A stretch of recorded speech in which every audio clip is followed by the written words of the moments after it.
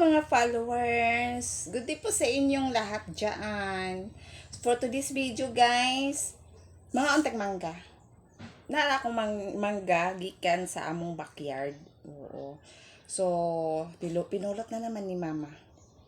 Napakasipag talaga si mama, no? So, nakakain na ako guys ng isa. Ayan ang isa pa.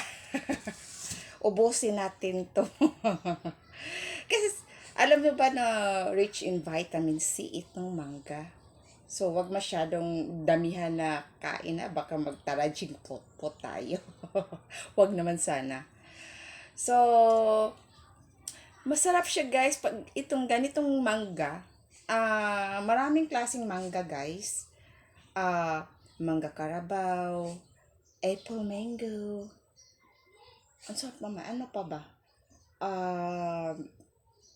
Itong klaseng mangga guys, ano to mangga tao or normal lang siya nga mangga.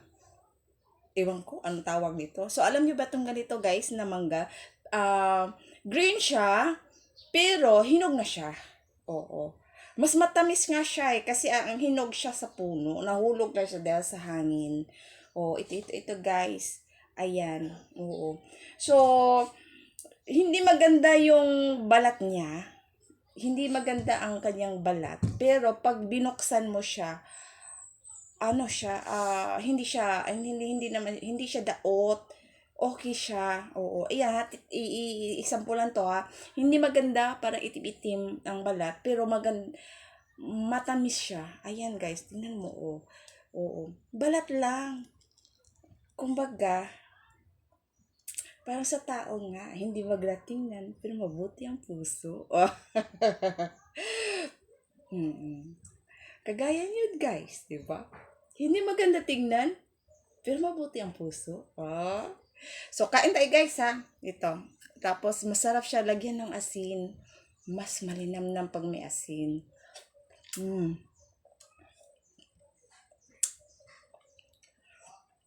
Ano siyang mangga?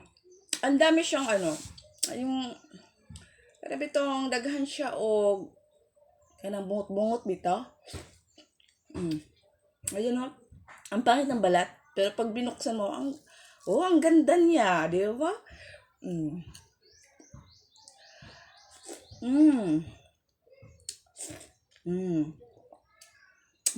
Matamis siya, guys.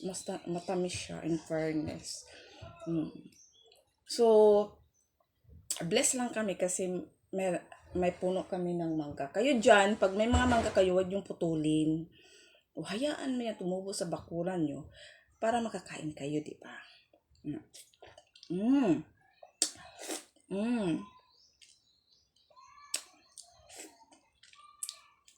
Masarap.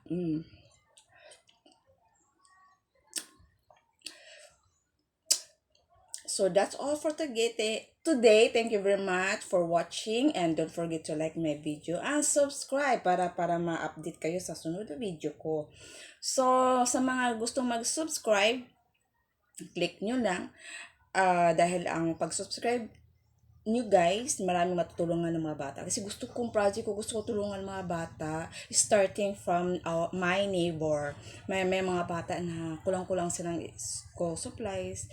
Pero guys, kung mayaman lang talaga ako, tutulong talaga ako. Pero hindi tayo biniyaan ng gano'n na buhay. Kaya gawin mo na lang akong tulay. Thank you po sa inyong watching. Bye-bye!